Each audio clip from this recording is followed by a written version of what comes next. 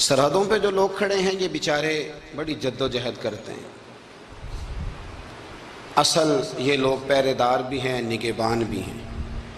کسی کے قریب اگر ان شہداء میں سے کسی کا رہنا ہو، گھر ہو، بچوں سے ملاقات ہو تو ضرور ان سے پیار کیا جائے، ان سے محبت کی جائے. ہمارے ہاں رسمی قسم کے پروگرام ہوتے ہیں ٹی وی پہ ایک دو، لیکن ان کا مستقل خیال رکھنے کا کوئی ذریعہ نہیں ہوتا. جب حضرت جعفر طیار رضی اللہ تعالیٰ عنہ شہید ہو گئے تھے تو نبی کریم علیہ السلام ان کے گھر گئے تو ان کی اہلیہ نے پوچھا تھا کہ یا رسول اللہ صلی اللہ علیہ وسلم اب میرے بچوں کا کیا بنے گا؟ تو حضور نے فرمایا انا ولیہم فی الدنیا والآخرہ، میں دنیا میں بھی ان کا وارث بنوں گا اور قیامت میں بھی ان کا وارث بنوں گا. شہید کے بچوں کے لیے یہ جذبات دیے نبی پاک صلی اللہ علیہ وسلم نے. فرمایا دنیا میں بھی میں وارث ہوں، قیامت میں بھی میں وارث ہوں. یہاں تک شہداء کے لیے رسول کریم علیہ السلام نے دیکھے نا، حضور ہر سال خود شہداء احد کے مزاروں پہ جاتے تھے اور ان کے لیے دعا فرماتے تھے، خراج تحسین پیش کرتے تھے. پھر ہر سال حضرت ابو بکر صدیق بھی جاتے، پھر ان کے بعد ہر سال حضرت عمر جاتے تھے، پھر ان کے بعد ہر سال حضرت عثمان گئے، پھر ہر سال مولا علی گئے، پھر ہر سال حضرت عمر بن عبدالعزیز بھی گئے. وہاں جاتے تھے، خراج تحسین پیش کرتے تھے شہداء احد کے مزارات پر. اللہ تعالیٰ اس وطن کو قیامت کی صبح تک آباد فرمائے اور ہر دشمن اور ہر سازش سے اللہ اس ارض مقدس کو محفوظ و ممنون رکھے. 6 ستمبر ہے، یوم ختم نبوت ہے. پاکستان کی اسمبلی نے 7 ستمبر کو قادیانیوں کو غیر مسلم اقلیت قرار دیا تھا. اللہ تعالیٰ اس اسمبلی میں جس قسم کے بھی، جس طرح کے بھی افراد تھے، جنہوں نے بھی اس قرارداد میں تھوڑا سا بھی حصہ لیا، اللہ انہیں بہترین جزا عطا فرمائے.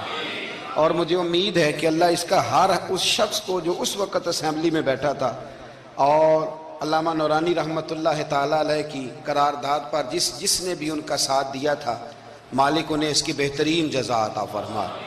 قادیانی سے ہمارا شدید اختلاف اس لیے ہے، جو تو ہیں عیسائی، وہ تو ایک الگ دین مانتے ہیں، بات ختم ہو گئی، ٹھیک ہے، وہ اپنا عبادت گاہیں بھی بناتے ہیں، سارا کچھ کرتے ہیں، کریں. قادیانی کا یہ مسئلہ ہے کہ وہ دین اسلام کے اندر نقب زنی کرتا ہے، وہ دین کا حلیہ بگاڑتا ہے. وہ کہتا ہے کہ نبی پاک علیہ السلام کے بعد بھی کوئی نبی آ سکتا ہے، اور حضور کا کلمہ پڑھنے کے باوجود وہ ارتداد کی بات کرتا ہے. اس لیے اس کے ساتھ مسلمان کا اختلاف زیادہ سخت ہے کہ عیسائی کم از کم اسلام کا حلیہ تو نہیں نہ بگاڑتے، ایک الگ دین کو مانتے، اور یہ کلمہ پڑھ کے، قرآن پڑھ کے ایک نئے نبی کا تصور پیش کر کے ایک ایسا دروازہ کھولتے ہیں کہ جو دین کی ساری شکل و صورت کو بگاڑ دے گا. اس لیے قادیانی کل بھی کافر تھے، آج بھی کافر ہیں، اور صبح قیامت تک یہ کافر ہی رہیں گے. اس لیے کہ سورج اپنی جگہ چھوڑ سکتا ہے، چاند اپنی جگہ چھوڑ سکتا ہے، ستارے ٹوٹ سکتے ہیں، لیکن میرے نبی کریم کے بعد کوئی اور نبی آ سکتا؟ یہ دروازے نبوت بند ہے. چونکہ الکفر ملت واحدہ، کافر ایک پوری جماعت کا نام ہے. تو وہ اس طرح کرتا ہے کہ کسی بھی ایسی طاقت کو جو اسلام کا حلیہ خراب کرنے والی اسے سپورٹ کرتا ہے، اور اس کو وہ آزادی رائے کا نام دیتے ہیں. تو ہم کہتے ہیں کہ بھئی آزادی رائے اور ہوتی ہے، لیکن کسی دین کے اندر شامل ہو کے اس دین کا حلیہ بگاڑنا، یہ بات اور ہوتی. اس لیے قادیانی غیر مسلم اقلیت ہیں، ان کو چاہیے اقلیت کی طرح وقت گزاریں، وہ اسلام کا نام لے کے کسی جگہ بھی اسلام میں کسی قسم کا رخنہ ڈالنے کی کوشش نہ کریں. اللہ تبارک و تعالی مسلمانوں کو ہمیشہ غیرت ایمانی عطا فرمائے اور نبی پاک علیہ السلام کے قدموں کے ساتھ وابستگی نصیب فرمائے.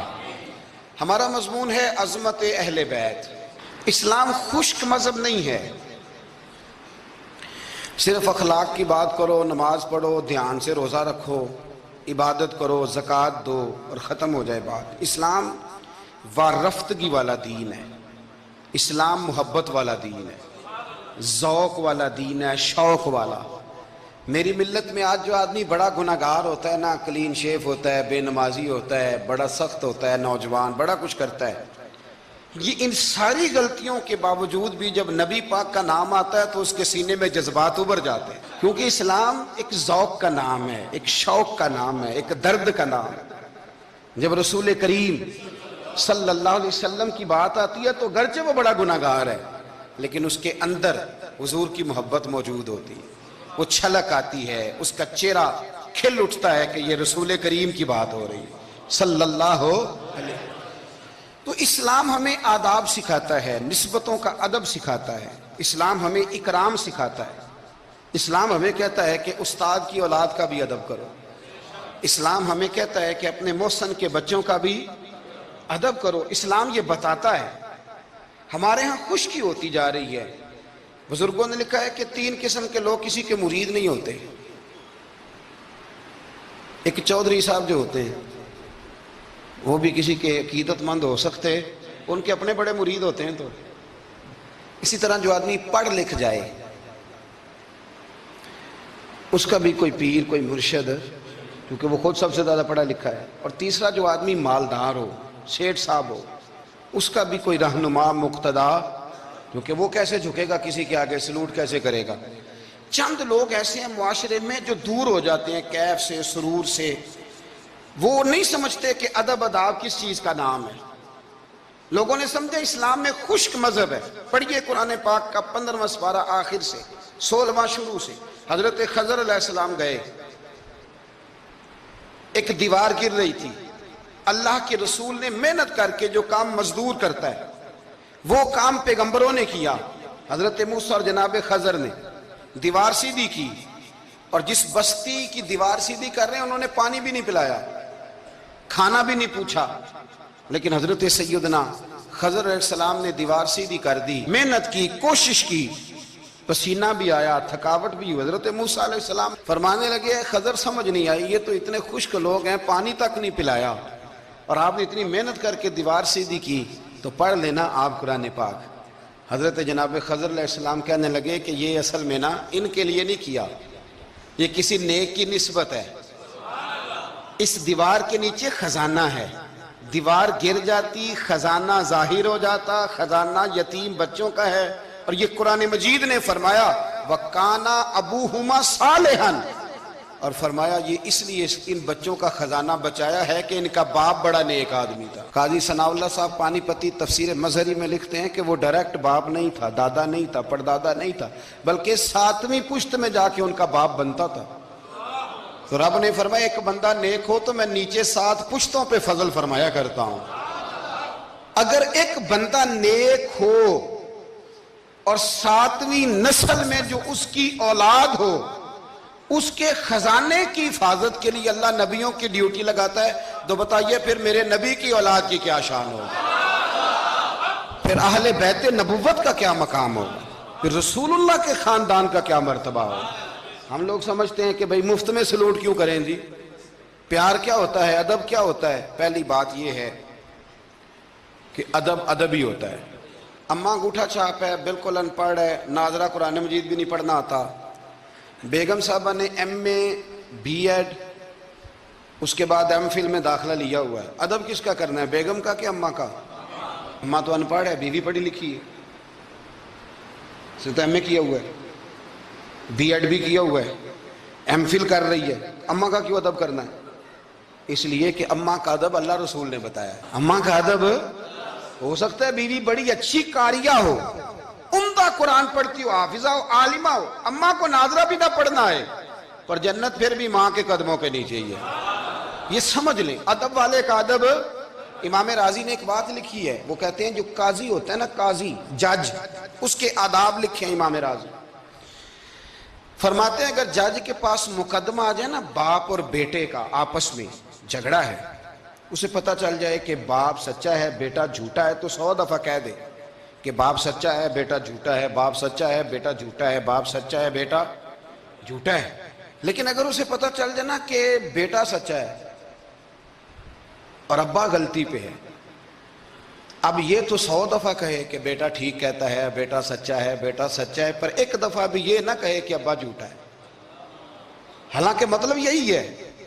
اگر بیٹا سچا ہے تو پھر خود بخود سمجھ آتی ہے کہ ابا جی غلطی پہ ہیں. لیکن ادب کا تقاضا یہ ہے کہ جج بھی یہ نہ کہے کہ باپ جھوٹا ہے اگرچہ وہ غلطی پر ہے، یہ تو کہہ دے کہ بیٹا، اس لیے کہ ادب والے کا جو مقام ادب ہے وہاں ادب کیا جائے گا، جو مقام اکرام ہے وہاں اکرام، وہاں آپ خشک نہیں بنیں گے. جہاں جھکنا ہے وہاں بہرحال جھکنا ہے، جہاں سلوٹ کرنی ہے بہرحال وہاں سلوٹ کرنی ہے. جن کا ہمارے اوپر ادب لازم ہے ہم نے ان کا ادب. امام اعظم ابو حنیفہ رحمۃ اللہ علیہ ایک جنگل میں ایک باغ میں بیٹھے تھے، شاگرد ساتھ تھے، امام ابو یوسف تھے اور بھی آپ کے شاگرد تھے، تو کچھ لکھ رہے تھے. علماء جب کتابیں لکھتے ہیں تو 20 کتابیں انہوں نے کھول کے نشانیاں رکھ کے دائیں بائیں رکھی ہوتی ہیں، مختلف قسم کے نوٹس ہوتے ہیں، بڑا کچھ بکھرا ہوا تھا. شاگرد تھے، باغ کے ایک کونے میں بچے کھیل رہے تھے. وہ بچوں میں سے ایک بچے کی گیند آ گئی باغ میں، بچہ گیند لینے آیا تو امام صاحب اٹھ کے کھڑے ہو گئے، تو کاغذ شاغذ سارے بکھر گئے. بچہ گیند لے کے چلا گیا، شاگرد چوپ رہے، چلو دوبارہ سے کتابیں سمیٹی، ڈھونڈا سارا کچھ، پھر سے کام شروع ہوا. چند منٹ گزرے تو بچہ پھر آ گیا گیند لینے، امام صاحب پھر اٹھے، پھر سارا کچھ بکھر گیا. شاگردوں نے برداشت کیا. سارے شاگردوں میں برداشت بھی نہیں ہوتی، شاگردوں کی بھی موج ہوتی ہے. شاگردوں مریدوں کا بھی اپنا اپنا وقت ہوتا ہے خدمت کرنے کا، اپنا اپنا سٹائل ہوتا ہے ادب کرنے کا. دور بڑا منفرد آ گیا. تیسری دفعہ، چوتھی دفعہ، 5 دفعہ ہو گئی تو بس شاگردوں کی جو صبر تھا، حوصلہ، وہ جواب دے گیا. بچہ پتہ نہیں کتنی دفعہ آئے گا. جب وہ بچہ پھر آیا، امام صاحب بوڑھے آدمی تھے، گھٹنوں میں درد بھی تھی، بڑی مشکل سے اٹھتے، چیزیں ساری بکھر جاتی. وہ بچہ جب 7ویں دفعہ تو امام صاحب پھر اٹھے، تکلیف سے اٹھے. امام ابو یوسف عرض کرنے لگے، حضور یہ بچہ ہے، اس کی تو ڈیوٹی لگی ہوئی ہے گیند لانے کی، تو 100 دفعہ آئے گا.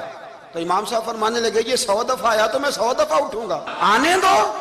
کہ حضور کیوں آپ اٹھیں گے؟ فرمایا یہ میرے استاد کا پوتا ہے. اصلا نال جے نیکی کریے تے نسلاں تاک نہیں بھول دے. سن لو، اصلا نال جے نیکی کریے تے نسلاں تاک، ہاں بے اصلاں نال نیکی کریے تے پھول کنڈیاں نال تول دے. بے اصلاں نال، میں میرے استاد کا پوتا ہے تو اٹھوں نا، یہ 100 دفعہ ہے میں اٹھوں گا. میں نے اس گھر سے فیض لیا ہے، یہاں ڈیوٹی کرنا میری ذمہ داری کا حصہ ہے، سوال ہی نہیں پیدا ہوتا. صحابہ کرام فرماتے ہیں نبی پاک کے اخراجات بہت زیادہ تھے، آمدن کوئی نہیں تھی، بظاہر بڑے خرچے تھے، مہمان بڑے آتے تھے، بڑے معاملات تھے، اور دین کا کام بذات خود ایک محنت ہے. ہمارے یہاں لوگ بڑا کہتے ہیں علماء، جی یہ پیر صاحب کرتے کیا ہیں؟ میں کہتا ہوں پیر صاحب میں نوکری لوا دے.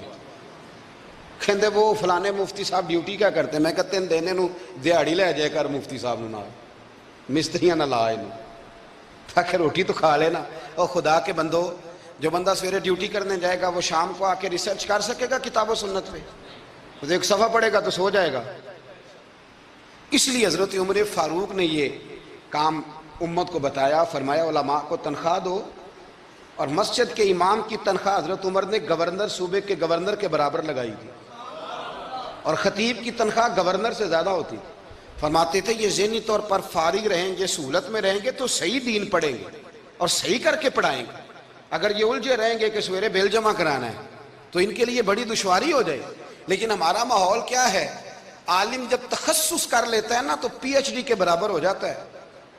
درس نظامی کے بعد جب تخصص کرتا ہے نا وہ 3 سال میں یا 2 سال میں، تو پی ایچ ڈی ہے. آج پی ایچ ڈی آدمی جائے نا یونیورسٹی میں لگے تو تقریباً 2.25 لاکھ کے قریب اس کی تنخواہ ہے. عالم کو کیا دیتے ہیں لوگ؟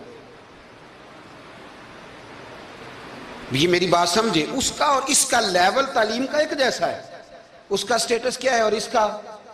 لیکن اس کے باوجود اگر وہ کسی آسانی میں ہے تو اس بیچارے کو حساب دینا پڑتا ہے، اسے بتانا پڑتا ہے کہ گاڑی میں بیٹھتا ہوں تو کہاں سے آئی ہے، روٹی کھاتا ہوں تو کہاں سے، اس کو پھر بھی حساب دینا پڑتا ہے. اس کا نقصان یہ ہوتا ہے پھر لوگ دین میں آنا چھوڑتے ہیں. ہمارے یہاں گجرانوالہ میں ایک عالم تھے، وہ 9 بھائی عالم تھے. اب ان کے بچوں میں سے کوئی بھی نہیں بنا. کوئی بچہ کوریا میں کمائی کر رہا ہے، کوئی افریقہ میں کمائی کر رہا ہے. وہ کہتے ہیں جو شراب کا ہوا ہے ہمارا بھی تو وہی ہونا نا. کل بچے نکل گئے، انہوں نے کہا جا کے محنت کرتے ہیں. نے کیا کمایا؟ نبی کریم صلی اللہ تعالی علیہ حضور کے صحابہ ادراک والے لوگ تھے، بصیرت والے. نبی پاک کے خرچے بڑے، گھر میں 9 ازواج ہیں، 4 شہزادیاں ہیں، مہمان آتے جاتے. انہوں نے ایک پروگرام بنایا کہ ہر مہینے ہم اتنے پیسے جمع کریں گے اور یہ جہاد کے لیے نہیں دیں گے، یہ مسجد کے لیے نہیں دیں گے، یہ صحابہ صفا کے لیے نہیں، یہ خالصتاً سرکار کی بارگاہ میں پیش کریں گے۔ یا رسول اللہ یہ رکھ لیں اور جہاں آپ کا دل کرے آپ اپنی ذات پر، مہمانوں پر، گھر پہ خرچ کریں۔ اچھا جی جمع تو کر لی ہیں، تو اب حضور کو پیش کون کرے گا؟ ڈیوٹی لگی حضرت عباس کی کہ محبوب کے چچا ہیں، یہ پیش کریں گے۔ حضرت عباس وہ پیسے لے کے دروازہ رسول پہ پہنچے، سیانے بندے تھے تو لفظ بڑے سمجھداری کے ساتھ تلاش کیے، عرض کی یا رسول اللہ صلی اللہ علیہ وسلم آپ کے دن بھی ہمارے لیے ہیں، راتیں بھی ہمارے لیے، آپ دن کو ہمیں تبلیغ کرتے ہیں اور رات کو رو رو کے ہماری بخشش کی دعائیں کرتے ہیں، حضور آپ کی 24 گھنٹوں پہ ہمارا ہی حق ہے، ہمارے لیے وقف کر دیا آپ نے۔ حضور ہم ایک حرف کا، ایک جملے کا بدلہ نہیں دے سکتے، یہ تھوڑا سا نذرانہ ہے، ہمیں پتہ ہے اخراجات بڑے ہیں اور ظاہراً آمدن کے ذرائع کو نہیں تو قبول کر لیں۔ حضور کو جواب دینے ہی لگے تھے کہ اللہ پاک نے قرآن پاک نازل کر دیا، سورہ شورا کی آیت نمبر 23، فرمایا محبوب قل لا اسألکم علیہ اجرا، محبوب ان سے فرما دو کہ اس تبلیغ دین پر گویا طائف میں پتھر کھانے سے لے کر احد میں دانت شہید کرانے تک لا اسألکم علیہ اجرا، میں تم سے کسی اجر کا سوال نہیں کرتا، الا المودۃ فی القربى، ہاں اگر کچھ کرنا ہے تو میرے اہل بیت سے پیار کرتے رہنا، میرے اہل بیت سے۔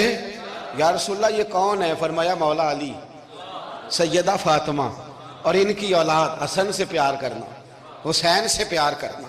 میرے رسول پاک نے فرمایا فاطمہ تو بدعت منی، لوگوں فاطمہ کو میرے وجود سے الگ نہ سمجھنا، یہ میرے جگر کا ٹکڑا ہے۔ اور حضور فرمانے لگے جس نے فاطمہ کو راضی کیا اس نے محمد عربی کو راضی کر لیا، میں اس سے راضی ہوں جس نے میری بیٹی کو راضی کیا۔ اور فرمایا جس نے اسے ناراض کیا، اللہ کرے یہ چھوٹی بات نہیں بڑی بات کر رہا ہوں، فرماتے ہیں جس نے اسے راضی کیا اس نے مصطفیٰ کو راضی کر لیا، اور فرمایا جس نے مجھے راضی کیا اس نے اللہ کو راضی کر لیا۔ اور حضور فرمانے لگے النظر الی وجہ علی عبادہ، علی کو تو دیکھتے رہو گے تو رب کی عبادت کا ثواب ملتا رہے گا۔ کچھ لوگ پریشان تھے کہ حضور سارے تو نہیں نہ دیکھ سکیں گے مولا علی کو، حضور نے اس کا بھی جواب دیا، فرمایا ذکر علی عبادہ، تو بس علی علی کہتا رہے تجھے رب کی عبادت کا ثواب ملتا رہے گا۔ علی کا ذکر بھی عبادت، اس خاندان کے ساتھ پیار کرنا۔ میرے اعلیٰ حضرت فاضل بریلوی رحمت اللہ علیہ سے کسی نے پوچھا سید کو زکوٰۃ دے لیں؟ اس کا سادہ سا جواب تھا نہیں لگتی، بات ختم ہو جاتی، پر اعلیٰ حضرت نے ایک پورا صفحہ لکھا ہے، بلکہ 1.5 صفحہ ہے، فتاوی رضویہ کی 8ویں جلد میں۔ حضور زکوٰۃ دے لیں تو اعلیٰ حضرت نے دلائل لکھے کہ سید کو زکوٰۃ نہیں لگتی، پھر آخر میں کہنے لگے جن کے نانا کا صدقہ کھاتے ہو انہیں زکوٰۃ دینی ہے۔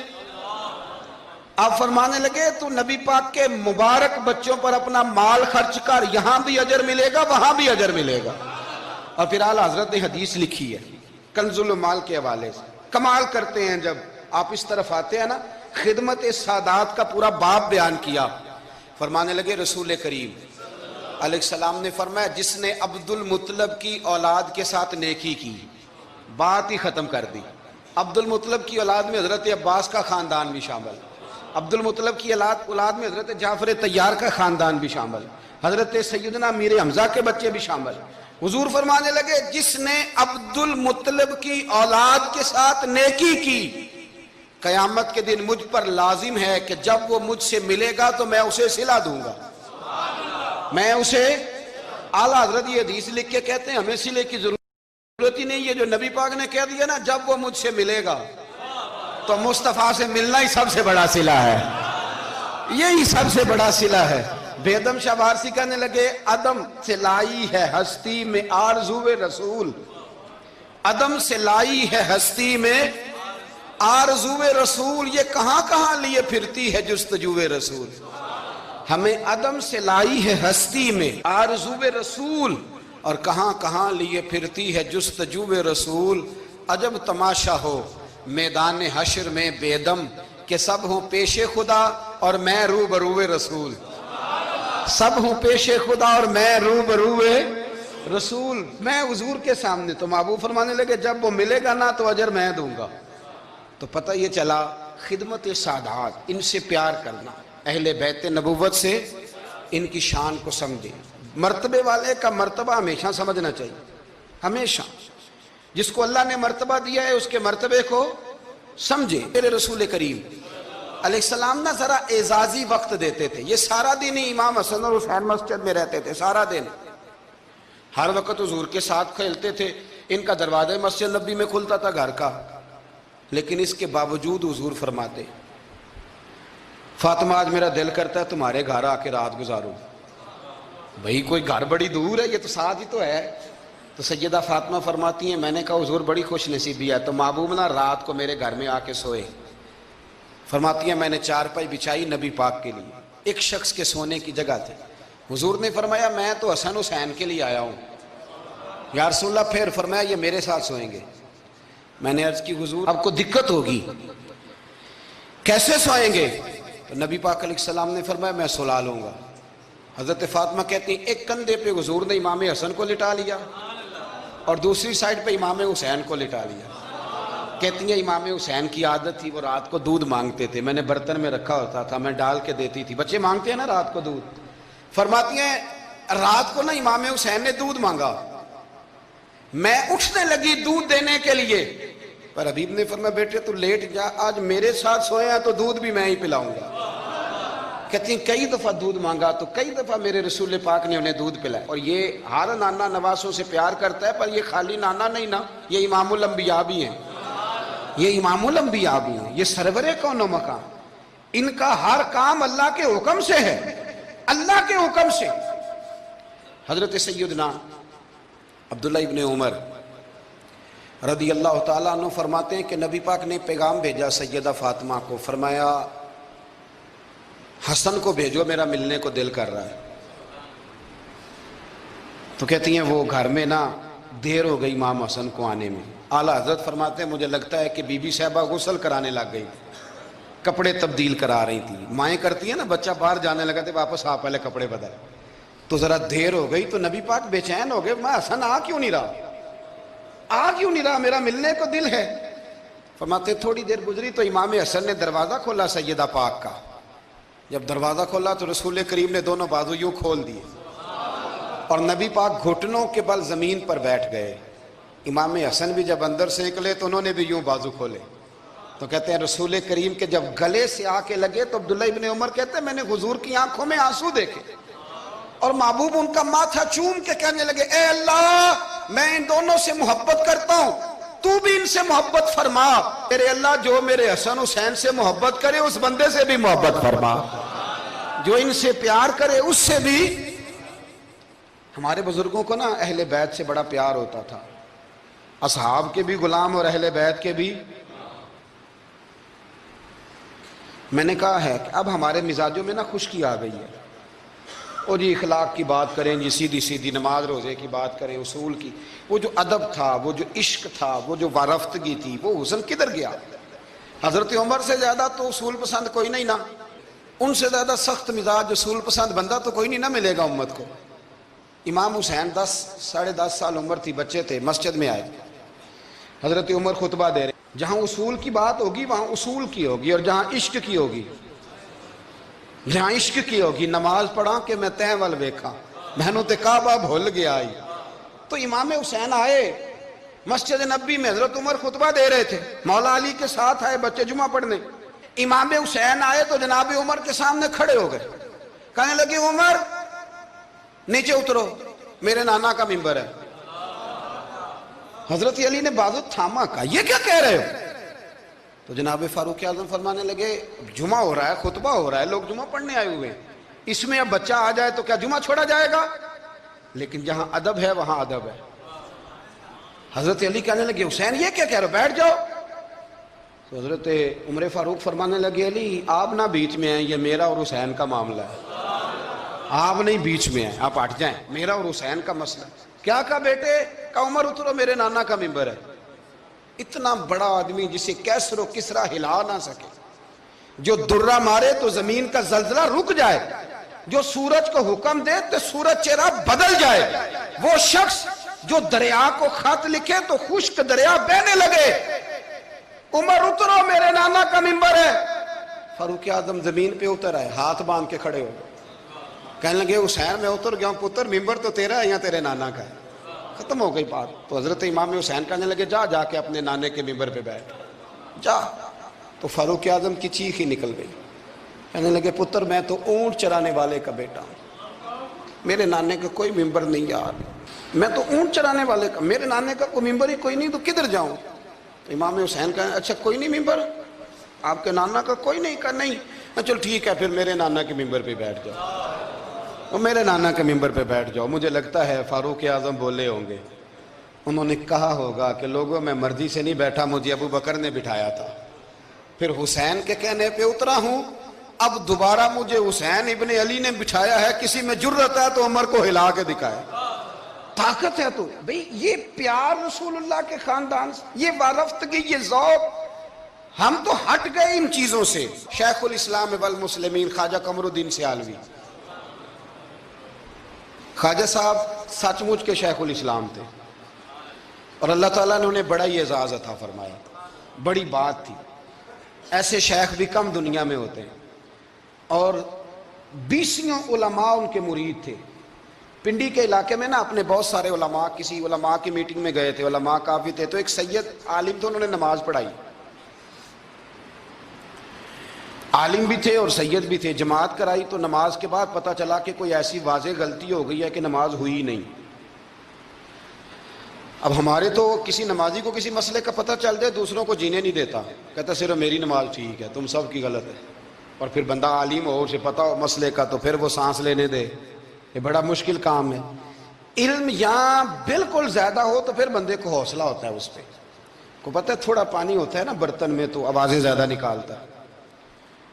علماء سارے کہنے لگے جی جلدی سے بتائیں جی حضرت صاحب وہ نماز نہیں ہوئی. تو خواجہ صاحب فرمایا چپ کر جو, پتہ مجھے بھی ہے نماز نہیں ہوئی, پر مسئلہ یہ ہے میرا مولوی نہیں نا, یہ رسول اللہ کا خاندان ہے, اور تیری نسل پاک میں ہے بچہ بچہ نور کا. فرمایا یہ حضور کا خاندان ہے, چپ کر جاؤ, طریقے سے بات کرنی, ادب سے. اور کوئی عالم ہوتا تو میں لقمہ دیتا, یہ سادات ہیں, چپ کرو. چلو کہنے لگے میں نہ سوچ رہا ہوں کہ کوئی جملہ مل جائے تو شاہ جی کو کہوں کہ نماز نہیں ہوئی. حالانکہ بڑے عالم تھے خواجہ صاحب, بہت زبردست قسم کے محقق عالم. تھوڑی دیر کے بعد کہنے لگے لو جی مجھے نا مل گیا جملہ, میں شاہ جی کو بتانے لگا ہوں. کب بتائیں؟ تو سلام لی آگے جا کے, شاہ جی کے ہاتھ چومے, کہنے لگے حضور آپ کے پیچھے نماز پڑھی ہے, سید ہیں تو مزہ بڑا آیا ہے, ان 4 رکعتوں کا بڑا ہی مزہ آیا ہے. ہمارا دل کرتا ہے ایک دفعہ یہی نماز دوبارہ نہیں پڑھا دیتے, مزہ ہی بڑا آیا ہے نا, ذرا ایک دفعہ دوبارہ نہیں پڑھا دیتے نماز, مزہ بڑا ہے. تو شاہ جی کہنے لگے لگ مجھے بھی رہا تھا نماز کوئی نہیں ہوئی, پر میں کہہ رہا تھا شاید میرا وہم ہی ہو, لگ رہا تھا کہ نماز نہیں ہوئی. تو آپ بڑے سمجھدار آدمی ہیں, آپ نے سید کا ادب بھی بچا لیا ہے اور مسئلہ بھی بتا دیا ہے. تیری نسل پاک میں ہے بچہ بچہ نور کا, تو ہے عین نور تیرا سب گھرانہ نور کا. حضرت ابو ہریرہ رضی اللہ تعالیٰ عنہ, امیر المومنین فی الحدیث, یہ بھی مومنوں کے امیر ہیں علم حدیث میں. یوں بیٹھے تھے سارے طالب علم آپ کے سامنے, حدیثیں سننے والے سینکڑوں لوگ. حضرت ابو ہریرہ حدیثیں بیان کر رہے. مدینہ منورہ میں تازی تازی بارش ہوئی تھی, امام علی مقام ابھی نوجوان تھے, امام حسین نہ آئے, بارش ہوئی, چھوٹے چھوٹے گڑھے مدینہ منورہ میں, تو ان میں پانی کھڑا تھا. امام حسین نے نا قدم رکھا زمین پہ, تو آپ کے پیروں کو نا تھوڑی مٹی لگ گئی. مٹی بھی کیا تھی, مدینے کی مٹی تھی, مٹی آپ کے قدموں کو لگ گئی. شاگرد کو بھی بندہ کہہ سکتا ہے کہ جا ذرا امام صاحب کو کپڑا دے کوئی پیر صاف کرنے, کسی کو بھی کہہ سکتا ہے. اور پھر بندہ پڑھا رہا ہو, بیٹھا ہو, اس کے سامنے عقیدت والے سننے والے لوگ آئے ہو, وہ سمجھتا ہے میرا کوئی قد کاٹ ہے, بڑی بات ہے میری, وہ پھر اس طرح ادب اداب کرے. جب امام حسین نے قدم رکھا نا زمین پہ مٹی لگ گئی, تو اب شاگردوں کا منہ اس طرف تھا, حضرت ابو ہریرہ کا ادھر تھا, وہ دیکھ رہے تھے.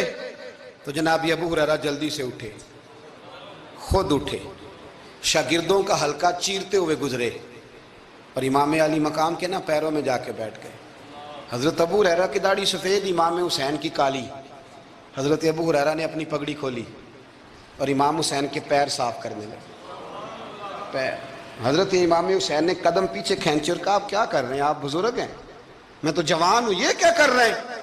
تو حضرت ابو ہریرہ رو پڑے، کہنے لگے حسین میں کالی داڑھی کا ادب نہیں کر رہا، میں خون رسول کا احترام کر رہا ہوں، میں خون رسول کا ادب کر رہا ہوں. یہ نبی پاک کا خاندان، یہ رسول اللہ صلی اللہ تعالی علیہ وسلم کا خاندان ہے.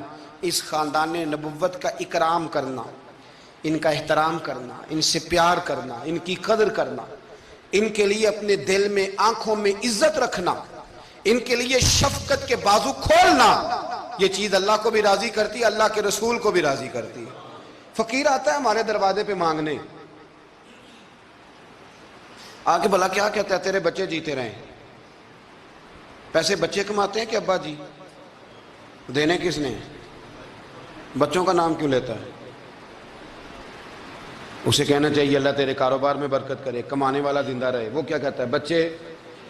بھائی پیسے بچوں نے کمائے ہیں، کوئی بچوں نے دینے ہیں، تیرے بچے. اس کا مطلب یہ ہے کہ جو جس کے بچوں سے بھی پیار کرے وہ بندہ اچھا لگتا ہے، جو جس کے بچوں سے بھی محبت کرے وہ بندہ اچھا لگتا ہے، وہ پیارا لگتا ہے. تو میرے بھائی جو مصطفیٰ کے بچوں سے پیار کرے، جو رسول اللہ صلی اللہ علیہ وسلم کے بچوں کا احترام کرے، جو حضور کی نسل پاک کا ادب کرے.